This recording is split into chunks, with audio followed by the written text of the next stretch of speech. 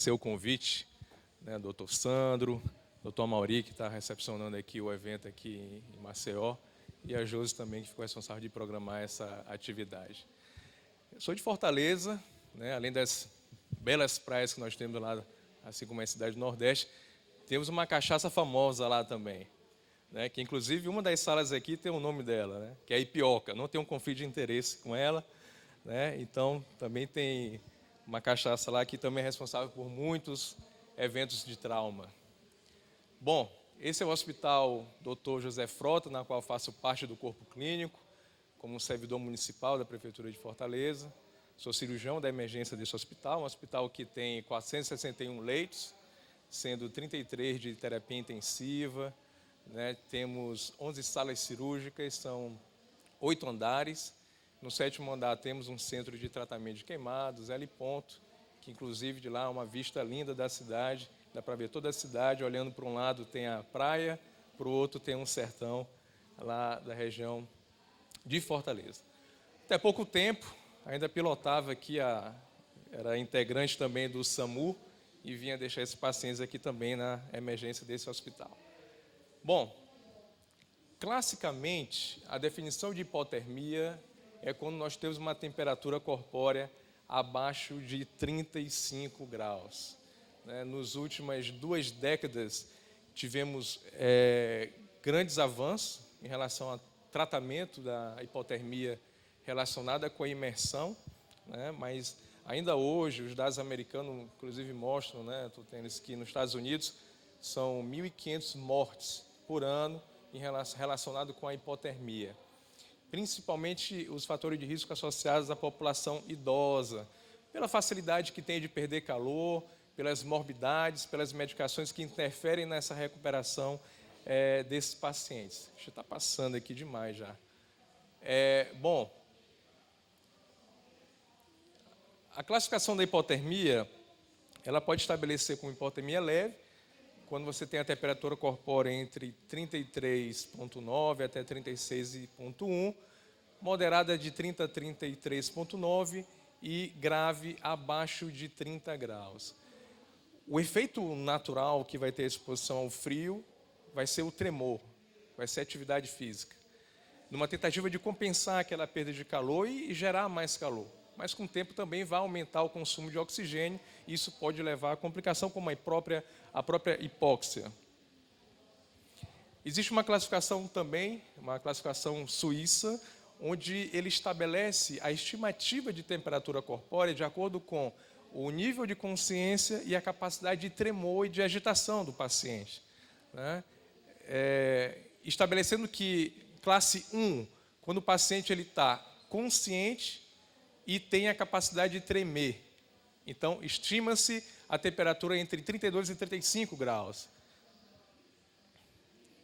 Quando o paciente ele se torna com alteração de consciência e sem a capacidade de tremer, em torno de 28 a 32. Classe 3, quando ele está inconsciente, em torno de 20 a 28 graus. E classe 4, quando aquele paciente está aparentemente morto. E classe 5, quando de fato ele está com uma hipotermia irreversível. E para a gente estabelecer e ter ideia em que situações de exposição à água a gente vai ter a hipotermia, existe a definição da água termoneutra. A água termoneutra é em torno de 38 graus a em torno de 35 graus. Isso estima que uma pessoa desnuda, em imersão numa água a essa temperatura, ela tem capacidade de manter a temperatura corpórea por 1 hora. Isso se ela ficar sem movimentação, ficar passivamente, durante 1 hora ela vai manter a temperatura corpórea dela.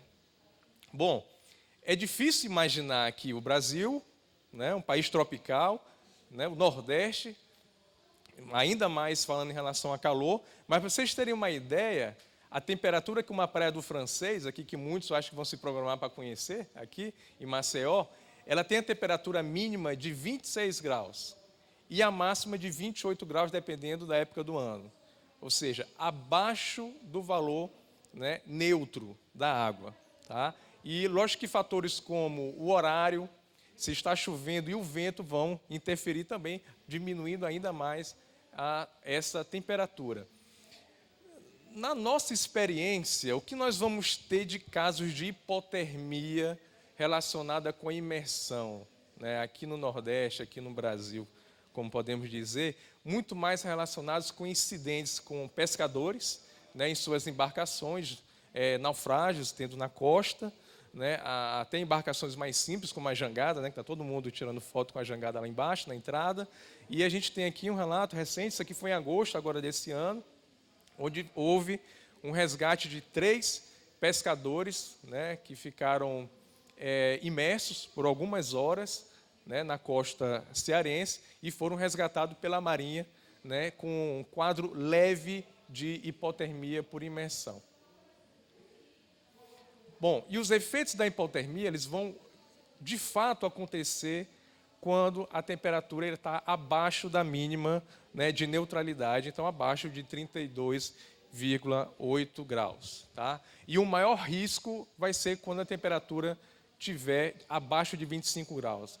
A água que está abaixo de 25 graus, ela tem a capacidade em torno de 24, 25 vezes maior de perda de calor do que o próprio ar. E aí que vai correr o risco, o choque hipotérmico pela exposição aguda, né, a essa água a 25 graus. E os riscos vão aumentar. Existem posições de proteção para orientação de pessoas que vão ser imersas, a posição HELP, né, onde você tenta aproximar os joelhos, né, do abdômen, cruzando aqui os braços, e se você tiver com mais um grupo de pessoas, se aglutinar, se aproximar e fazer essa manobra de huddle, que é o agrupamento, né, futebol americano faz muito isso, e está com isso preservando, né, o calor e diminuindo então o tempo do efeito da hipotermia, aqui mostrando mais uma vez como que se pode ser aplicado em relação a fazer um autossalvamento. A temperatura corpórea mínima é registrada no atendimento de uma pessoa que teve uma parada cardíaca por imersão, foi uma criança de 7 anos, onde foi registrada uma temperatura corpórea de 13 graus, e isso na Suécia em dezembro de 2010. Foi a menor temperatura registrada e com sucesso na reanimação, com mínimo dano neurológico após a reanimação. E uma pessoa adulta, o registro menor de temperatura corporal foi numa mulher de 29 anos, onde foi registrado uma queda de temperatura a 13,7 graus. Ela foi submetida a 9 horas de reanimação, não incluiu 9 horas de RCP, né, o RCP prolongado, mas 9 horas de reanimação e reaquecimento. Ela teve alta 35 dias depois no hospital e 5 meses depois ela já estava voltando ao trabalho, fazendo fisioterapia e reabilitação para ter coordenação muita da força motora para recuperação de força motora, mas com cognitivo excelente. E um caso interessante dessa paciente, que na fase inicial do atendimento, ainda ela foi submetida a uma toracotomia por esternotomia, porque num dos acessos de tentativa de acesso central, teve lesão da artéria subclávia.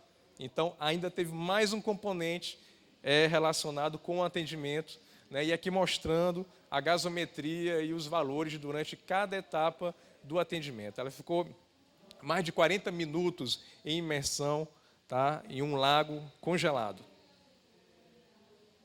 Então, por isso que os doentes, eles não estão mortos até que eles estejam realmente mortos após o aquecimento.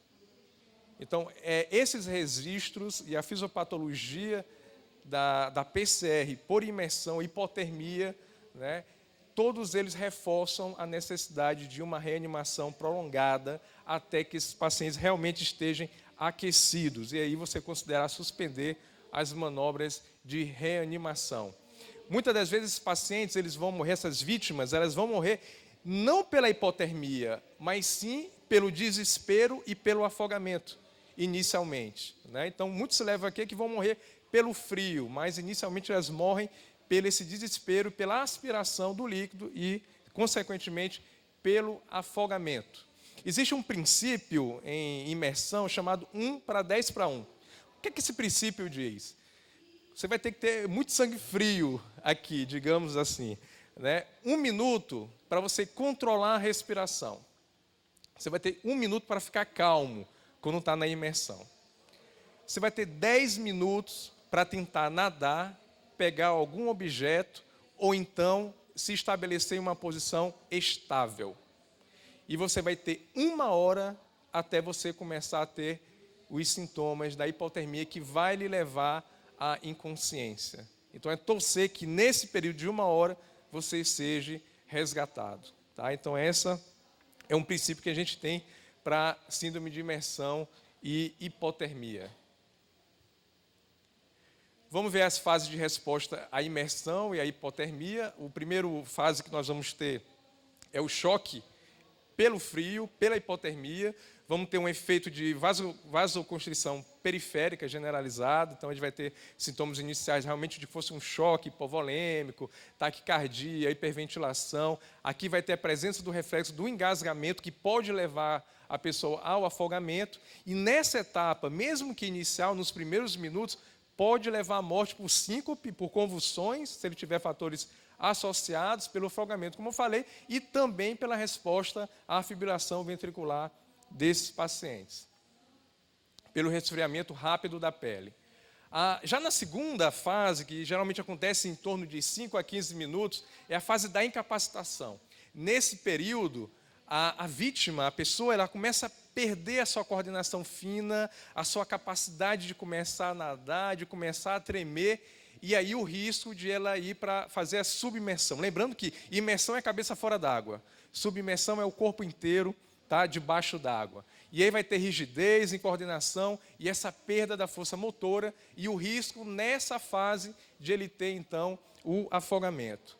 Se a pessoa conseguir passar por essas 2 etapas, ele vai ter ainda uma terceira etapa, a etapa de, então, hipotermia, do estabelecimento da hipotermia, que ela vai acontecer em torno de 30 minutos, que também vai haver o risco de submersão, e junto nós vamos ter a fase 4, que é a fase de colapso peri-resgate. E nessa fase ela vai envolver o momento do atendimento e até a chegada desse paciente até um hospital. Porque em qualquer momento da abordagem do pré-hospitalar, retirando aquela vítima da água, o atendimento na cena, o transporte e a chegada na sala de emergência, essa vítima ela tem risco de ter uma arritmia grave e desenvolver uma parada cardíaca súbita. O risco de morte acontece, então, a qualquer momento. Essas vítimas, muitas das vezes, vão ter desmaios, vai ter uma queda da temperatura interna importante, colapso da pressão arterial, colapso vascular e hipóxia. Um detalhe crucial para qualquer vítima de imersão e hipotermia é o momento que ocorre a hipóxia cerebral. A hipóxia cerebral ela tem que acontecer antes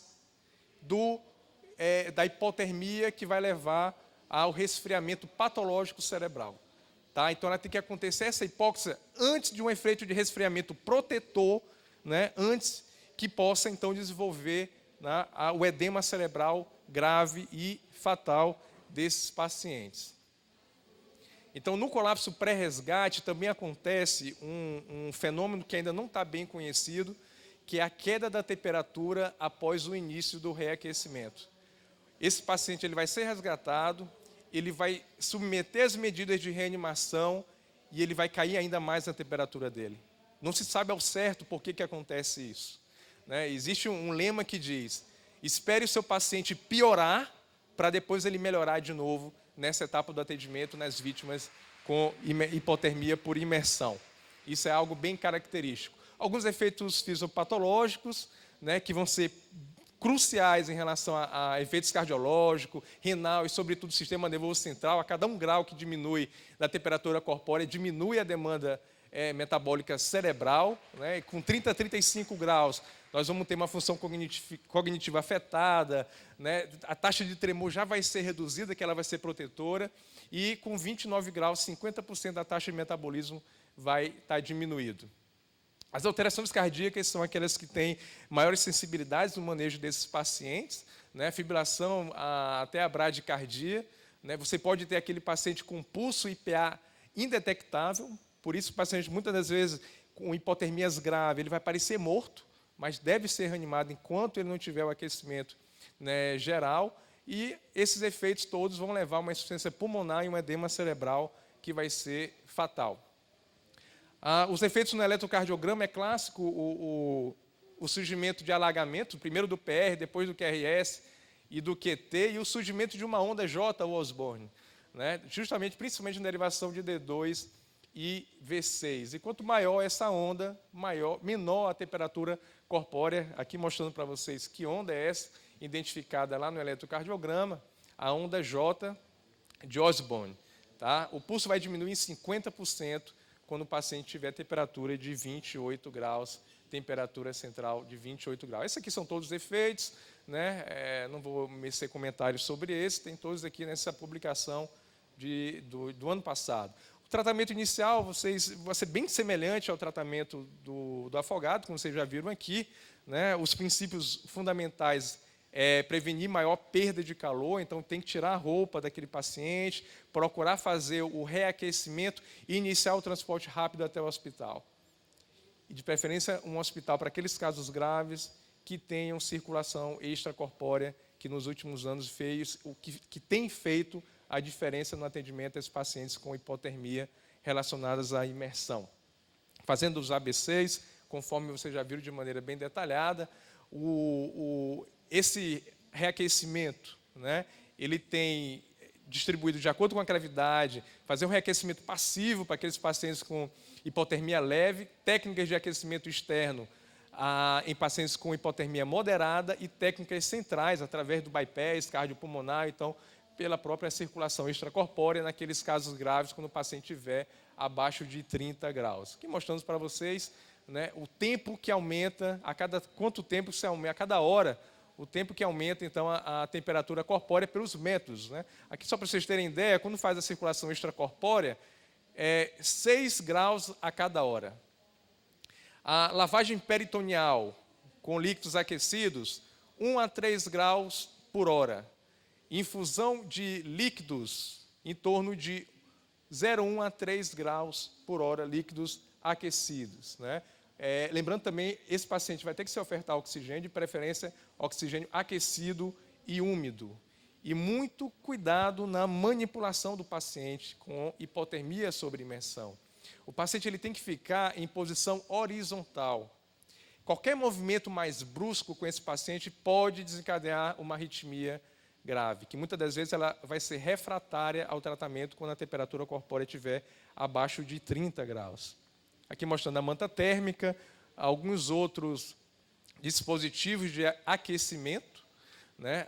As drogas de reanimação, elas não têm efeito comprovado quando o paciente está com a temperatura abaixo de 30 graus, embora exista a recomendação da American Heart que se faça as drogas de reanimação, mas não existe efeito comprovado, mas a recomendação mesmo assim é que seja feito e que essa reanimação ela seja tão precoce como também persistente. Esse aqui foi um estudo, uma revisão de 10 anos, um estudo do sul da Finlândia, né, bem parecido lá com a temperatura cearense, onde ele fez uma estimativa dos números de pacientes que foram relacionados com a hipotermia, né, e enfatizou que esses pacientes eles toleram, né, longos períodos de RCP, né, e aqui ele mostrou uma proposta, aqui já é um outro estudo também de 10 anos, de um serviço francês nos Alpes, né, fazendo uma proposta do uso de um fluxograma de atendimento e colocando como ênfase na reanimação prolongada quando esses pacientes estiverem abaixo de 30 graus de temperatura corpórea, né? Então, concluindo que esses pacientes que vão ter essa parada presenciada, eles vão ter melhor morbimortalidade do que aqueles pacientes que são resgatados já em parada e hipotermia.